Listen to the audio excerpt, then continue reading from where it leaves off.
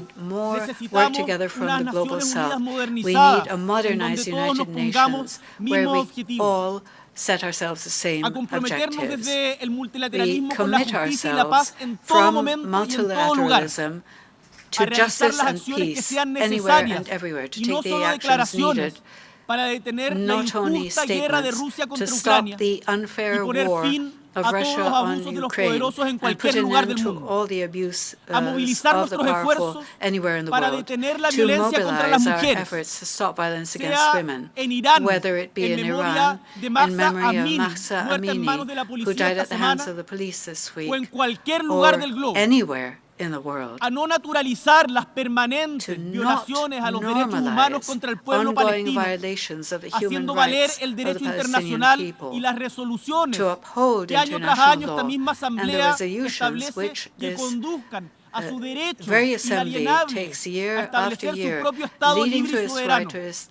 inalienable como right to también establish its own a free garantizar sovereign el state, legítimo as derecho well de as Israel guaranteeing a vivir dentro de Israel's fronteras legitimate seguras e right to internacionalmente live reconocidas, within safe and a internationally seguir recognized trabajando borders, para to continue contribuir a la working liberación de los to presos contribute políticos en to Nicaragua the release y of trabajar political para que en prisoners ningún in lugar del mundo Nicaragua.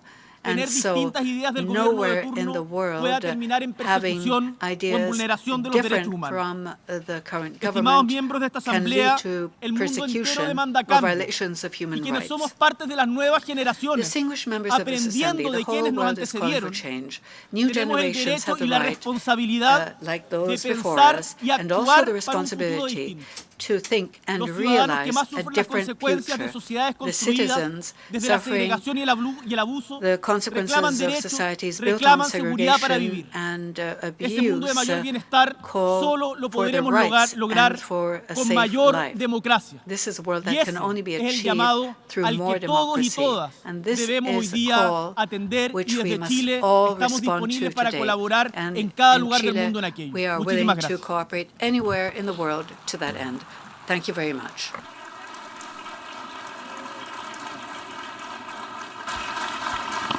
On behalf of the Assembly, I wish to thank the President of the Republic of Chile for the statement just made, and I request protocol to escort His Excellency.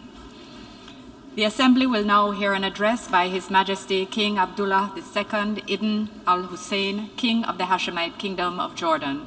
I request protocol to escort His Majesty.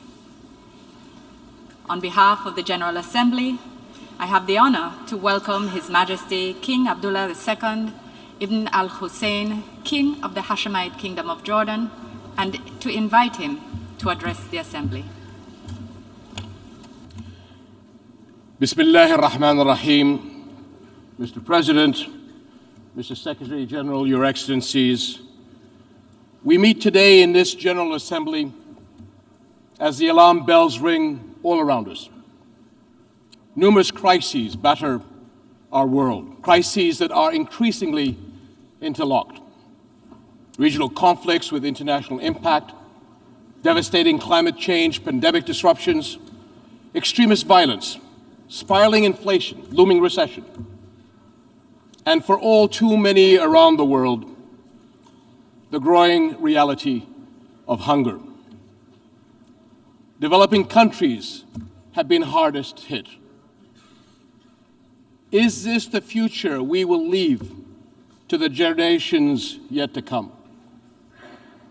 We must deliver a different world, a world of expanded horizons, a more equitable world, sustainable economic growth, exciting new opportunities, and more and better jobs, and the inclusive peace for prosperity in which all people can thrive.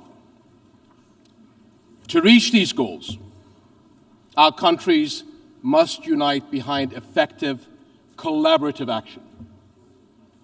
The question now is, will we have the vision and determination to get the job done? Consider the climate crisis. No country can heal our injured Earth alone. We need global partnerships that can create real change. And Jordan is part of these efforts. We have been building strong partnerships to manage and sustain vital water resources. And we see more opportunities to work with partners to preserve precious World Heritage sites and natural wonders.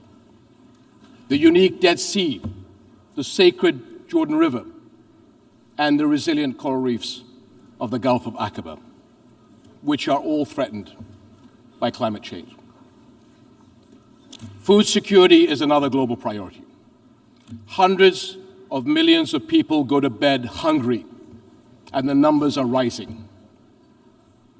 How can parents raise healthy children? How can students learn? How can workers do their best when they are hungry and hopeless? Since the beginning of the pandemic, and now with the crisis in Ukraine, global supply chains have been disrupted. Many well-off countries experienced empty food shelves for the first time in living memory. They are discovering a truth that people in developing countries have known for a long time.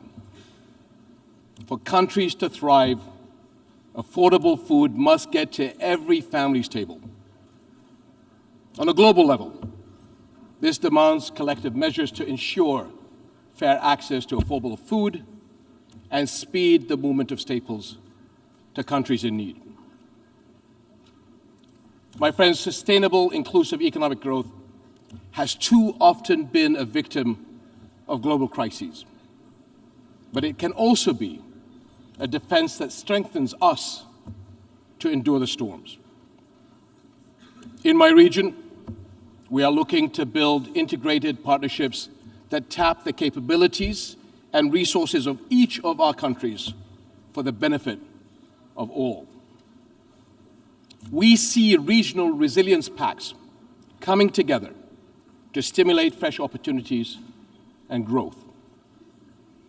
Jordan has established multilateral partnerships with Egypt, Iraq, the UAE, Saudi Arabia, Bahrain, and others in the region to capitalize on these opportunities. Our country is a bridge for regional partnerships and cooperation, international crisis response, and humanitarian action. Jordan has always been a source of regional stability, as well as a refuge for those in need. In this context, let me say a word about refugees and the communities which host them. In 2012, I came before the 67th General Assembly and spoke for the first time about the Syrian refugee flow and its pressure on Jordan's scarce resources. At that point, 200,000 Syrians had sought refuge in our small country. Today, 10 years later, we host more than 1.3 million. Meeting the needs of these and other refugees is an international responsibility, and host countries look to the international community to honor its commitments. My friends, for decades, the Middle East has been synonymous with conflict and crisis. But we are hopeful that a newfound spirit of collaboration can and make our region an exemplar of resilience and integration. Though politics may sometimes fail our world, one absolute remains: always put people first. To keep hope alive for all peoples means rising above politics to ensure every individual's prosperity. Such efforts will be fruitless if they are exclusionary. Inclusion of the Palestinian people in regional economic projects should be an integral part of our efforts. In a Palestinian-Israeli conflict, peace continues to be elusive. Neither war nor diplomacy has held the answer to this historic tragedy. It is the people themselves, not politics and politicians, who will have to come together and push their leaders to resolve this. What would our world look like now if the conflict had been settled long ago? If walls had never gone up and people had been allowed to build bridges of cooperation instead? What if extremists had never been able to exploit the injustices of occupation? How many generations of youth could have grown up in the optimism of peace and progress? As we continue our efforts to achieve peace, we must not abandon refugees. This year, the General Assembly will vote on renewing UNRWA's mandate. The international community should send a strong message of support for the rights of Palestinian refugees, ensuring that Palestinian refugee children have schools to go to and access to appropriate medical care. My dear friends, a founding UN principle is the right to self-determination for all peoples. The Palestinian people, with their resilient national identity, cannot be denied this right. And the road forward is the two-state solution, in accordance with UN resolutions, a sovereign, viable, and independent Palestinian state on the 4th of June 1967 lines, with East Jerusalem as its capital, living side by side with Israel in peace and security and prosperity. Today, the future of Jerusalem is an urgent concern. The city is holy to billions of Muslims, Christians, and Jews around the world. Undermining Jerusalem's legal and historical status quo triggers global tensions and deepens religious divides. The holy city must not be a place for hatred and division. As custodians of Jerusalem's Muslim and Christian holy sites, we are committed to protecting their historical and legal status quo and to their safety and future. And as a Muslim leader, let me say clearly that we are committed to defending the rights, the precious heritage, and the historic identity of the Christian people of our region. Nowhere is that more important than in Jerusalem. Today, Christianity in the Holy City is under fire. The rights of churches in Jerusalem are threatened. This cannot continue. Christianity is vital to the past and present of our region and the Holy Land. It must remain an integral part of our future. Distinguished delegates, we can weather the most serious crises if we join together. Let us here in this General Assembly honor our shared interests in a brighter future, a future of dignity and hope that brings new opportunities for all our peoples. And let us not ignore the alarm bells ringing around us. We must act. Thank you.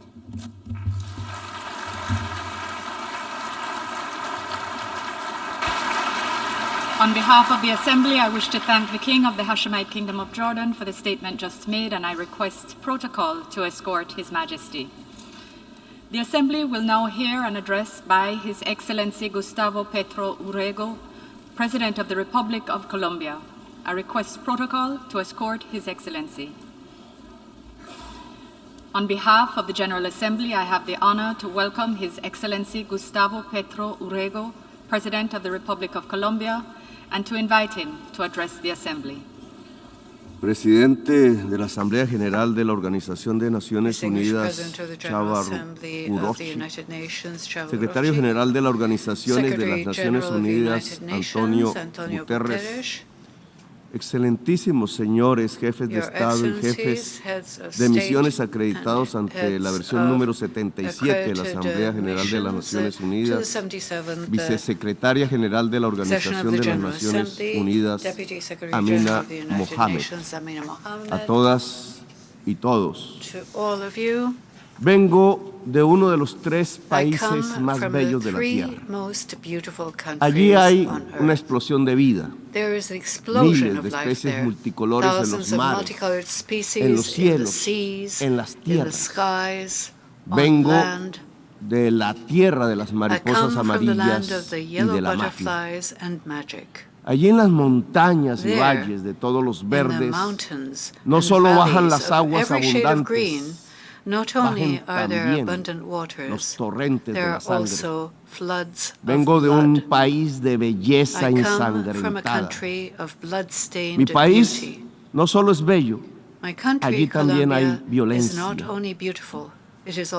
No, ¿cómo puede conjugarse la violencia con la muerte? ¿Cómo puede erupcionar la biodiversidad de la vida con las danzas de la muerte y el horror? ¿Quién es el culpable de romper el encanto con el terror? ¿A quién o qué es el responsable de ahogar la vida en las decisiones rutinarias de la riqueza y del interés? ¿Quién nos lleva a la destrucción como nación y como pueblo? Mi país es bello porque tiene la selva amazónica, la del Chocó, las aguas, las cordilleras de los Andes y los océanos. Allí en esas selvas se emana oxígeno planetario y se absorbe el CO2 atmosférico. Una de esas plantas que absorbe el CO2 entre millones de especies es una de las más perseguidas de la Tierra. A como dé lugar, se busca su destrucción. Es una planta amazónica, es la planta de la coca, planta sagrada de los incas. Como en un cruce de caminos paradójicos, la selva que se intenta salvar es al mismo tiempo destruida. Para destruir la planta de coca arrojan venenos, glifosato en masa que corre por las aguas, detienen a sus cultivadores y los encarcelan. Por destruir o poseer la hoja de la coca, mueren 1 millón de latinoamericanos asesinados y encarcelan a 2 millones de afros en América del Norte. Destruir la planta que mata, gritan desde el norte. Destruirla. Pero la planta no es sino una planta.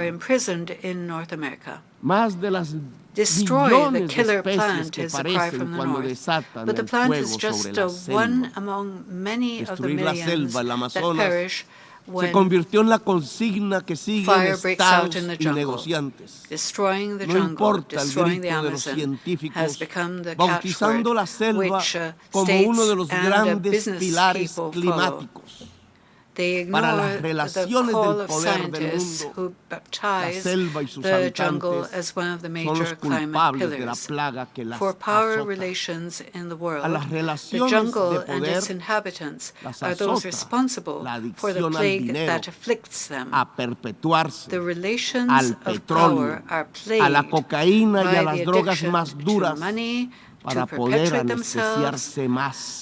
addiction to oil, Nada más to hipócrita cocaine and que harder el discurso drugs para salvar la that selva. can serve La selva se quema, to señores, mientras ustedes hacen la guerra y juegan con ella. anesthetize them. La selva, There el is pilar nothing more climático del hypocritical mundo, than the discourse of desaparece saving con the jungle. toda su vida. La The gran jungle is esponja burning, que absorbe el CO2 planetario, distinguished delegates, se while evapora. you may quarrel and play with it. la selva The salvadora, jungle, the climate es vista pillar en mi país of the como el world enemigo a is derrotar, disappearing como la along with maleza a all of its extinguir. life. The El enormous espacio de la sponge coca y de los campesinos que la absorbing cultivan, planetary carbon porque no tienen dioxide más is que cultivar, The es savior jungle demonizado. is seen Para in my ustedes, country mi as the país enemy no to les be interesa, defeated, sino as para the weeds arrojarle that must venenos be a sus pulled selvas, out. llevarse a The sus space of hombres coca a la and cárcel the y arrojar a sus mujeres people who a la cultivate it, exclusión. because they have nothing else No les to cultivate, interesa la is educación del niño, demonized. For you, sino matarle my su country selva y interests extraer you el only carbón y el petróleo de if, sus you can entrañas. spread, La poison esponja in que its absorbe jungle, los venenos take its no men sirve. to prison, Prefieren and arrojarle más cast venenos its women a la into atmósfera. exclusion. Nosotros les servimos para excusar los vacíos y las soledades de su propia sociedad, que la llevan a vivir en medio de las burbujas de las drogas. Les ocultamos sus problemas que se niegan a reformar. Mejor es declararle la guerra a la selva, a sus plantas, a sus gentes, mientras dejan quemar la selva, mientras hipócritas persiguen las plantas con venenos para ocultar los desastres de su propia sociedad. Nos piden más y más carbón, más y más petróleo para calmar la otra adicción, la del consumo, la del poder, la del dinero. ¿Qué es más venenoso para el ser humano? ¿La cocaína o el carbón o el petróleo?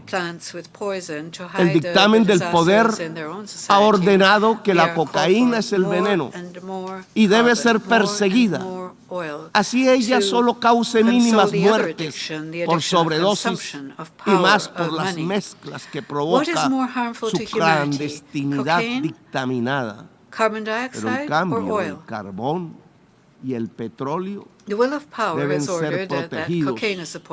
Así su uso pueda extinguir a toda la humanidad.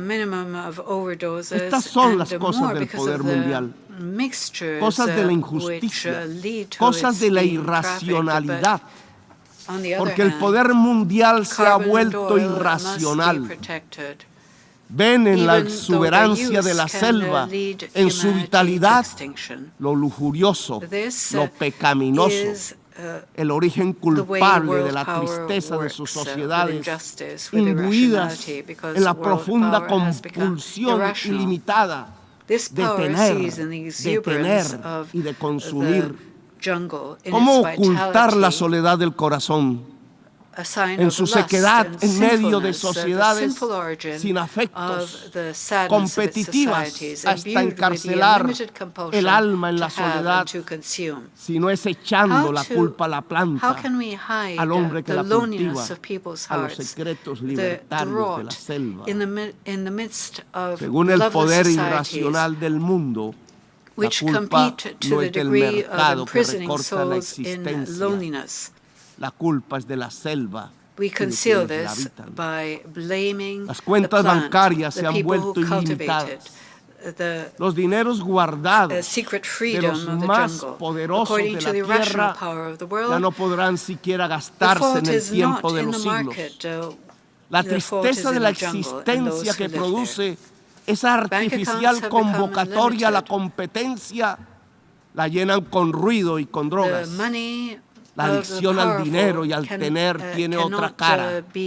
La adicción a las drogas en las personas que pierden la competencia de la carrera artificial en la que han transformado a la humanidad. La enfermedad de la soledad no se cura con el glifosato sobre las selvas. No es la selva la culpable. La culpable es su sociedad educada en el consumo sin fin, en la confusión estúpida entre consumo y felicidad, que permite, eso sí, que los bolsillos del poder se llenen de dinero. La culpable de la adicción a las drogas no es la selva, es la irracionalidad de su poder mundial. Denle un golpe de luz, de razón a su poder. Prendan de nuevo las luces del siglo. 40 años ha durado la guerra contra las drogas. Si no corregimos el rumbo y esta se prolonga otros 40 años, Estados Unidos verá morir de sobredosis a 2.800.000 jóvenes por fentanilo, que no se produce en nuestra América Latina. Verá millones de afros norteamericanos ser apresados en sus cárceles privadas. El afro preso se convertirá en negocio de empresas carceleras. Morirán asesinados 1 millón de latinoamericanos más. Nos There will be llenarán de millions sangre of nuestras aguas African y Americans nuestros who will campos be verdes. imprisoned in Verán private morir jails. el sueño de la democracia, They will become tanto en mi the América pawns como en la of América the prison anglosajona. business. La democracia Another morirá million allí Latin donde nació, Americans will be en la gran killed. Atenas occidental Our europea. waters and our green fields Por ocultar la will verdad, be filled verán morir la selva y las with democracias. blood. La We guerra will see contra the las death drogas ha of fracasado. democracy. The dream La of lucha contra la democracy crisis died, climática both in ha my fracasado. America and in Han aumentado English-speaking los America. consumos mortales Democracy will die de drogas where suaves, han pasado a las it más was duras. born, in Se ha producido the un great genocidio en mi West continente. European Athens. Y en mi país han To condenado hide a the las truth, cárceles you'll see a millones de the jungle personas and democracy para ocultar die. sus The propias war culpas against drugs sociales. has failed. Le han The echado war la against culpa a la climate selva y change sus has plantas. Han llenado de sinrazón los discursos y las políticas.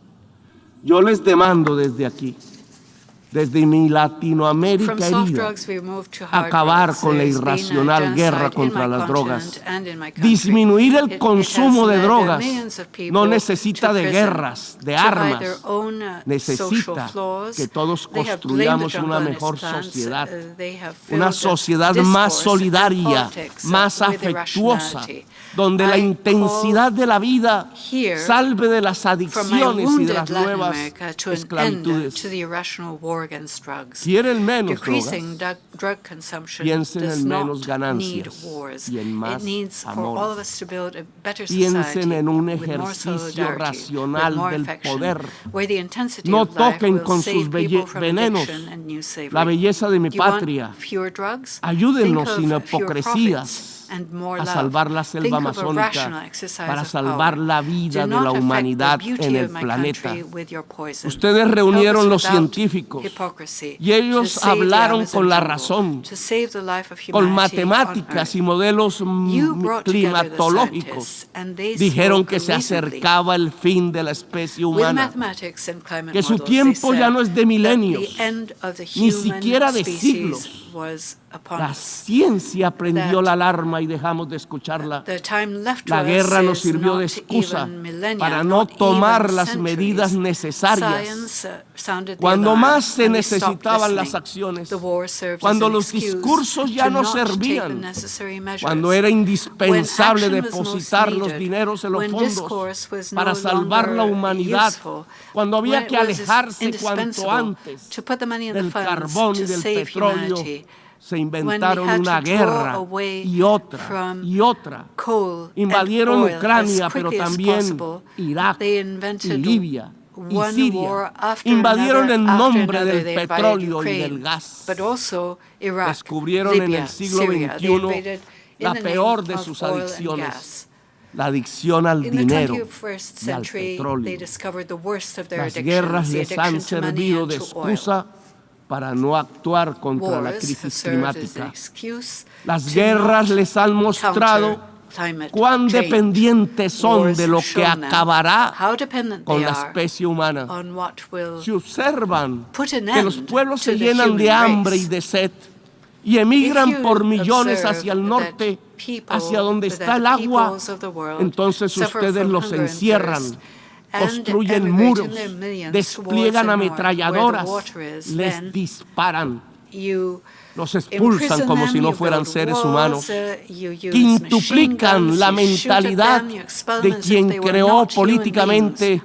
las cámaras de gas y You los multiply campos by de concentración. 5 the mentality Reproducen a of those escala planetaria who created 1933, policies of gas chambers and el día concentration del gran camps. You're triunfo reproducing del asalto a la razón. 1933 at a planetary ¿Acaso scale. no ven que la The solución great triumph al gran éxodo of the war desatado on reason. sobre sus países Do del you not norte see es that the volver a solution que el agua to the llene major los ríos exodus, y los triggered campos se llenen de towards your nutrientes? countries El is desastre going climático back nos llena to water de in virus the que rivers pululan, and arrasándonos. fields full of nutrients. Pero ustedes hacen negocios The con las climate disaster medicinas is y full of convierten las viruses vacunas en which mercancías. are Proponen que el mercado nos salvará de lo que el mismo mercado ha creado. El Frankenstein de la humanidad está en dejar actuar el mercado y la codicia sin planificar,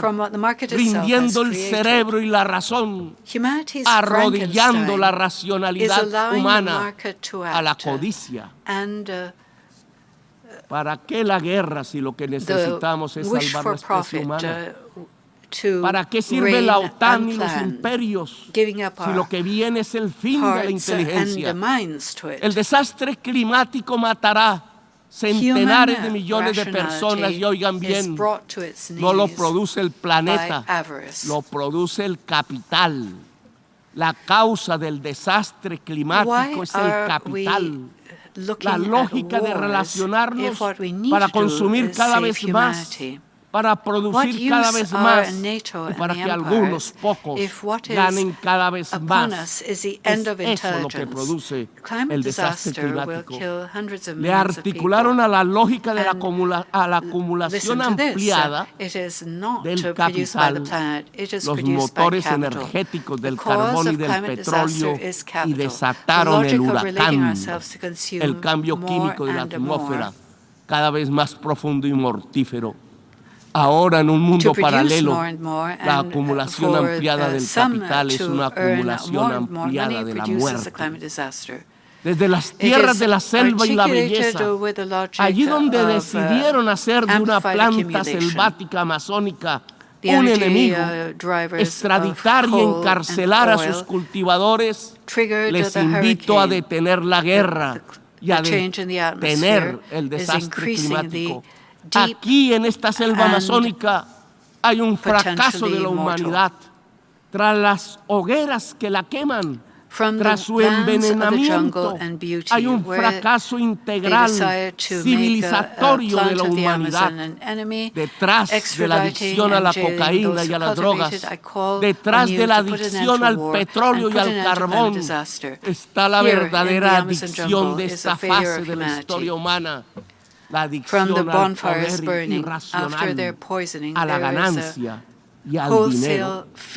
Y aquí la enorme maquinaria mortal que puede extinguir la humanidad. Les propongo como presidente de uno de los países más hermosos de la tierra y de los más ensangrentados y violentados, acabar la guerra contra las drogas y todas las guerras y permitir que nuestro pueblo pueda vivir en paz. Convoco a toda América Latina en este propósito. Convoco la voz de Latinoamérica a unirse para derrotar lo irracional que martiriza nuestro cuerpo. Los convoco a salvar la selva amazónica integralmente con los recursos que puedan destinarse mundialmente a la vida.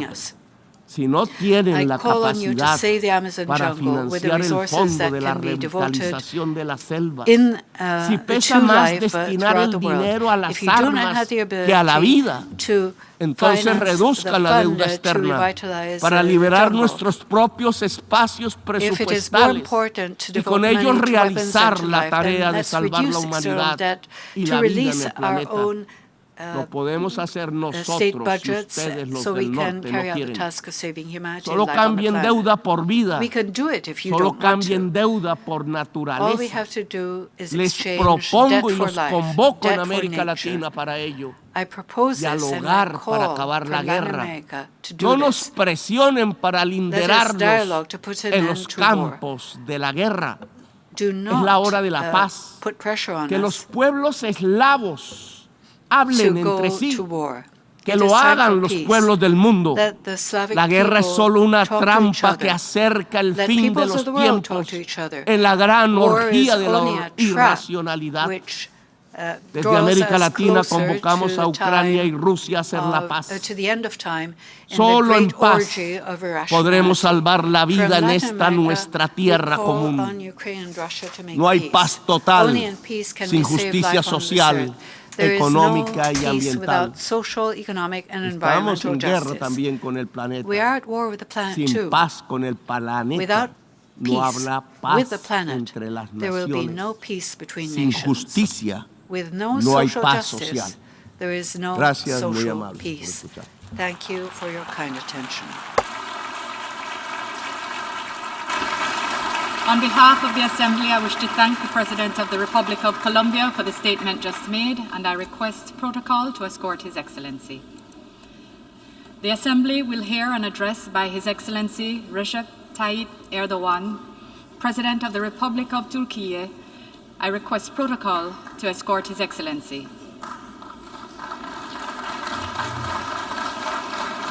On behalf of the General Assembly, I have the honor to welcome His Excellency Recep Tayyip Erdogan, President of the Republic of Turkey, and to invite him to address the Assembly.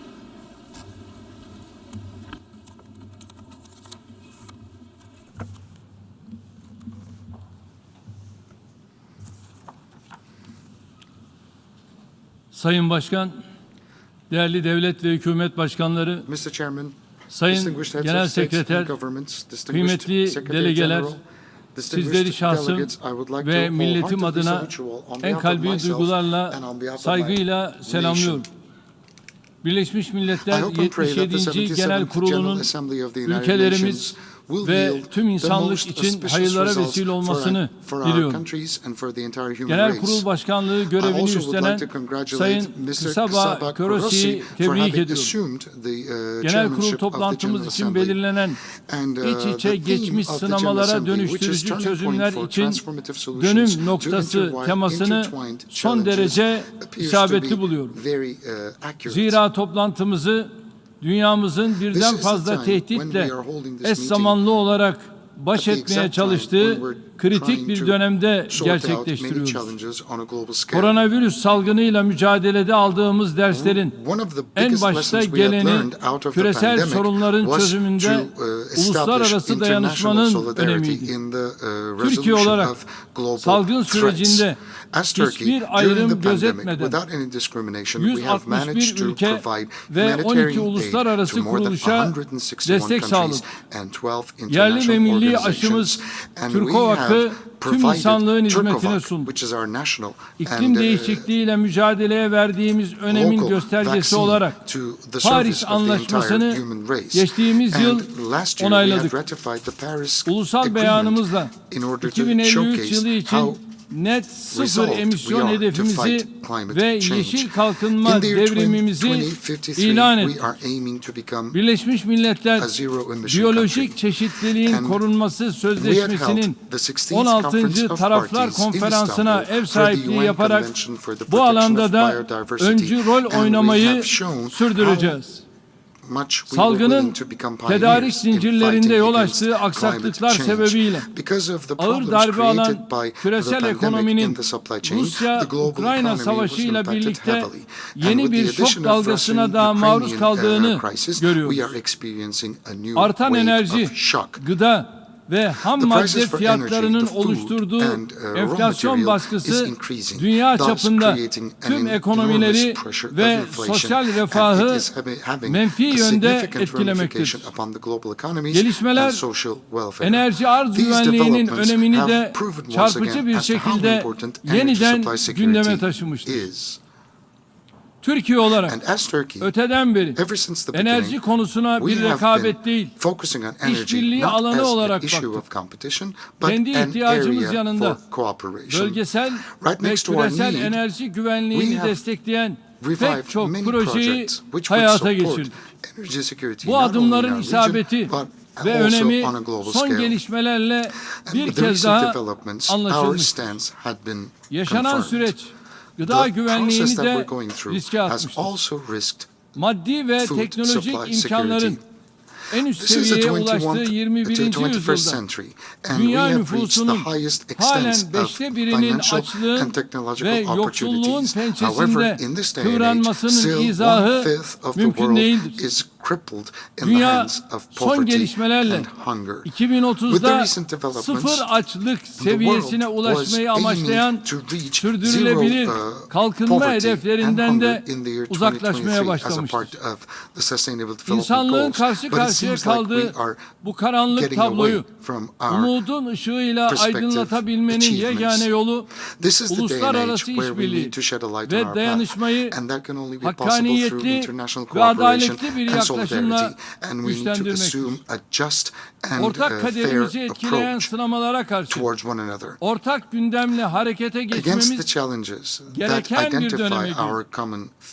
Türkiye olarak bu iradeyi salgın ve iklim değişikliği süreçleri yanında Rusya-Ukrayna savaşının meydana getirdiği sarsıntılarla mücadelede de ortaya koyuyoruz. Ukrayna'da 7. ayını dolduran ihtilafın ilk gününden bu yana savaşın kazananı, adil bir barışın ise kaybedeni olmayacağı düşüncesiyle hareket ediyor. Bugün de yaşanan krizin çözümünde diyalog ve diplomasinin anahtar rolüne vurgu yapıyoruz. Bu anlayışta oynadığımız kolaylaştırıcı rol sayesinde tarafları önce Antalya Diplomasi Forumu'nda sonra İstanbul'da bir araya getirdik.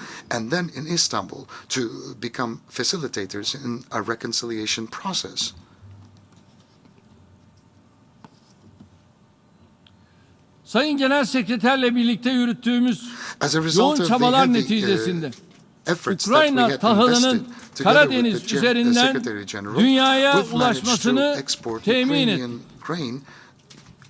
Bu gelişmeyi sağlayan İstanbul Mutabakatı'nın 2. ayı dolarken sevkiyatın her geçen gün ivme kazanmasını memnuniyetle izliyoruz.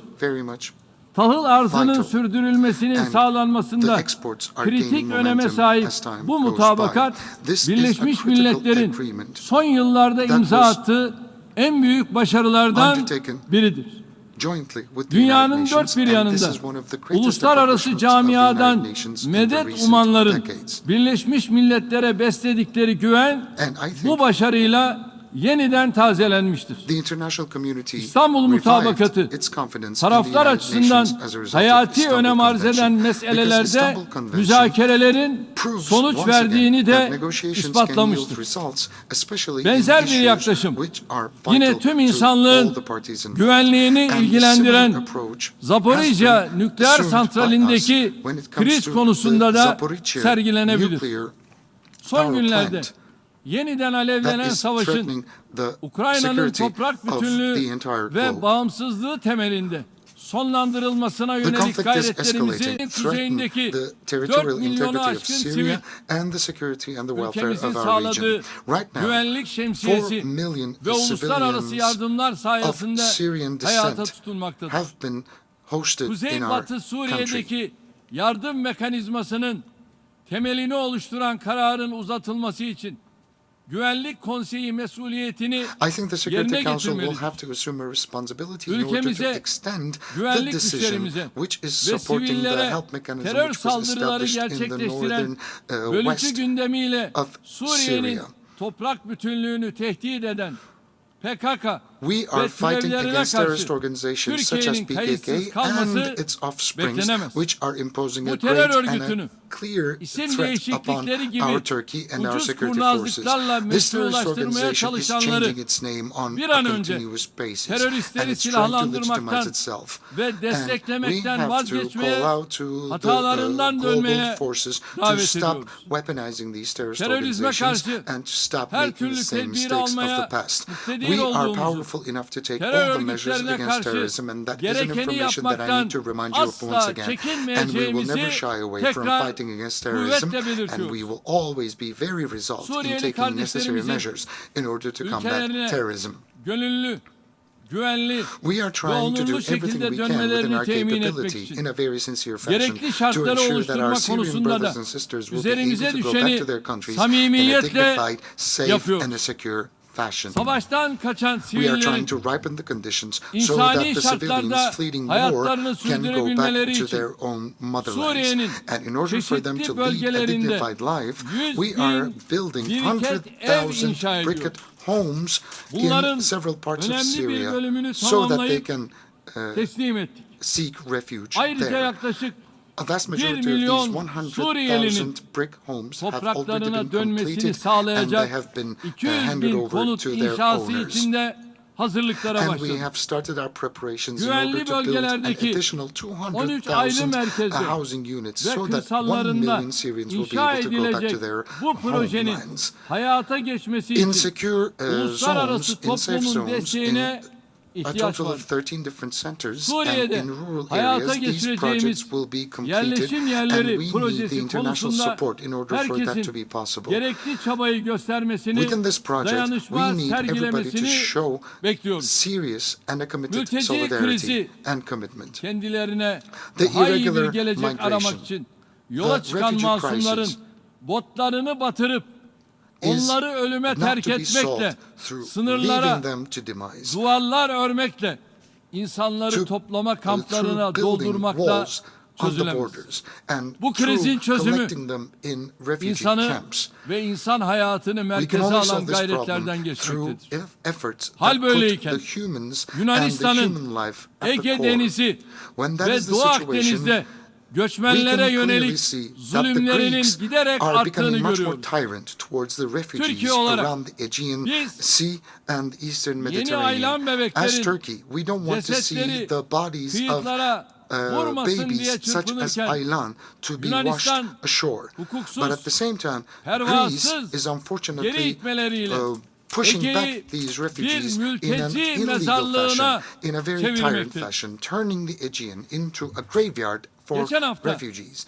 Last week, 9 aylık a Asım bebek 9-month-old, a baby ve called 4 Asim, yaşında and Abdülvahap a 4-year-old aileleriyle Abdul birlikte Wahab Yunan sahil güvenlik güçlerinin have botlarını batırması lost their sonucu lives vefat because etmiştir. that the Greek Coast Avrupa'nın Guard ve Birleşmiş forces Milletler kurumlarının sank their boats. insanlığa karşı suç teşkil eden bu And I think it's acımasızlıklara night time for artık Europe bir and dur for United demesinin Nations vakti and other international çoktan organizations gelmiştir. to say stop Diğer bir enough komşu to such ülkemiz crimes which are Irak'ta da crimes against humanity. huzurun ve istikrarın Another neighbor of us, hakim which is kılınması Iraq, için we are trying her to türlü invest çabayı tremendous efforts sergiliyoruz. in order to make sure that peace and Ülkede prosperity can be established Iraklılık there as kimliği well. temelinde siyasi We birliğin want a ve political uzlaşının reconciliation sağlanmasını to be arzu established ediyoruz. and a unity to be Irak'ta refahın formed within the sürdürülebilir framework şekilde of an artırılması Iraqi identity. ve terör örgütlerinin For istismarlarının prosperity önlenmesi to be ancak sustainably bu established in şekilde Iraq mümkündür. and to stop terrorist Tabii bu arada organizations Irak'taki abuses in Iraq, istikrarsız we have to ortamı move istismar together. eden But terör of course there are örgütlerinin terrorist organizations which ülkemizi are hedef alan abusing the eylemlerine de instability in Iraq, asla and we will müsaade never etmiyoruz. stop fighting Bu against kürsüden the actions of the terrorist organizations daha against önce de Turkey defalarca deriving vurguladığım from gibi Iraq. terörizm As I have belasıyla said mücadeleyi over this platform multiple terör times, örgütleri we are arasında going to fight against ayrımı terrorism reddeden without any discrimination. samimi We are ve going to etkin be bir able uluslararası to işbirliğiyle kazanabiliriz. get triumphant through a Hangi isim committed, altında a olursa sincere olsun solidarity. tüm terör örgütleriyle Regardless of their mücadelesini names, yıllardır we are devam going to fight ettiren back Türkiye'nin terrorism in all forms and in all müttefiklerinden shapes. ve And we want our dostlarından allies, we bu want konuda our friends samimi to bir provide us işbirliği with the ve solidarity dayanışma and the beklemek commitment that en we tabii need. And it's a hakkımızdır. natural right for us to Terör expect that. örgütleri ve zalim The rejimler terrorist yerine organizations and tyrant ülkemizde regimes, işbirliği instead yaparak of them, we bölgenin want you güvenliğine, to cooperate with us. We istikrarına, want to forge a huzuruna, solidarity with us in order to refahına contribute to katkıda the bulunmak stability. isteyen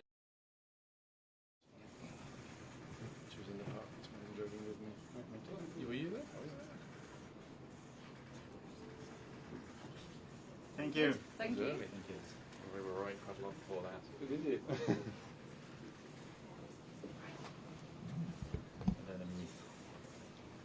Hello. Let's go. Thank you.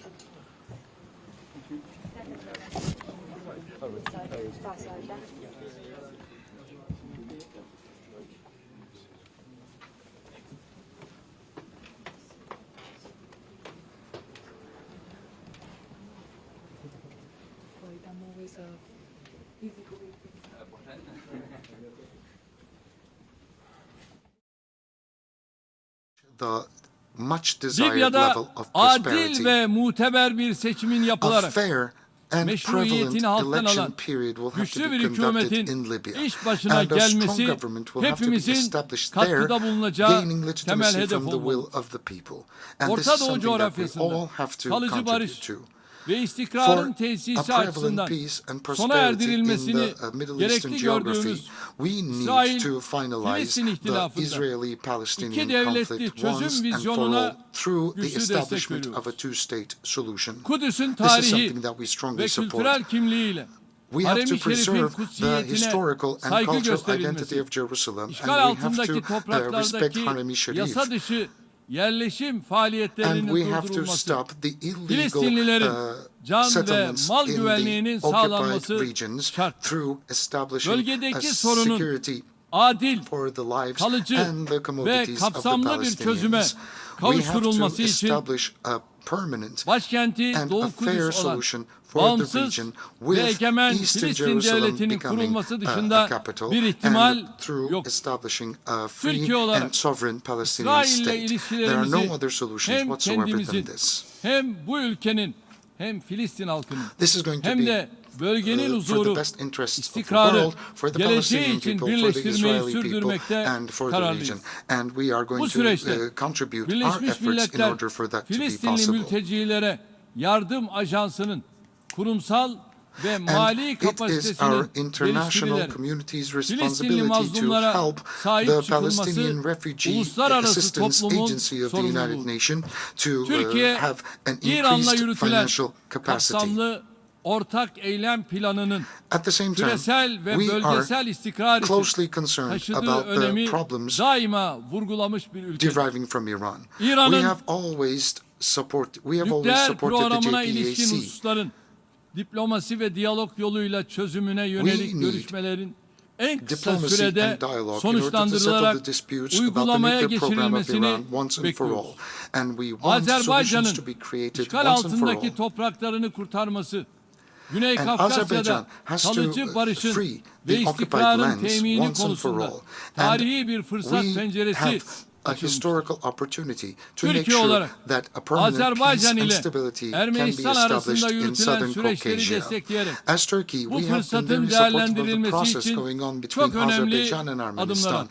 and we have taken Son günlerde significant steps yaşanan forward in çatışmalar order to make the bu güzel utmost use iklime of this opportunity gölge that düşürmüş avails olsa da itself. iki ülke Recent conflicts arasında had shed a en kısa zamanda obscure kapsamlı shadow bir barış upon these anlaşması positive developments, imzalanmasının but mümkün we olduğuna believe inanıyorum. still that a permanent peace Azerbaycanlı can be kardeşlerimizin haklarını ve established between geleceklerini these two inşa countries. konusunda We verdikleri will always be mücadelede by the side of daima our yanlarında Azerbaijani brothers olmayı and sisters so that they can sürdüreceğiz. build their Ülkemizi homes, de yakından build their ilgilendiren future in a bölgedeki legitimate and a ulaştırma justified fashion. bağlantılarının en kısa The sürede transportation açılması connections ise in our herkesin region is a refahına concern of katkı us sağlayacak as well. bir gelişme And if we olacak. were to open those connections once Neredeyse again, it will contribute yarım tremendously asırdır to the welfare of the işgal, entire region.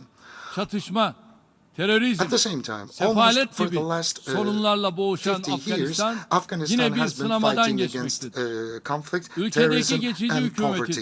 And temel still, insan Afghanistan haklarının is going through a korunması significant and doğrultusunda a challenging atacağı time. adımlar umut verici The gelişmelerin intermediary önünü government will have to take açabilir. necessary steps forward in order to Türkiye ensure bu zor fundamental rights and günlerinde liberties for the Afgan human beings. kardeşlerini And desteklemeyi we sürdürecek. believe that there might be Hindistan certain ve promising Pakistan'ın developments there. And we will keep bağımsızlıklarını on kazanmalarının üzerinden supporting our geçen Afghani brothers and sisters 75 during this yıla rağmen process.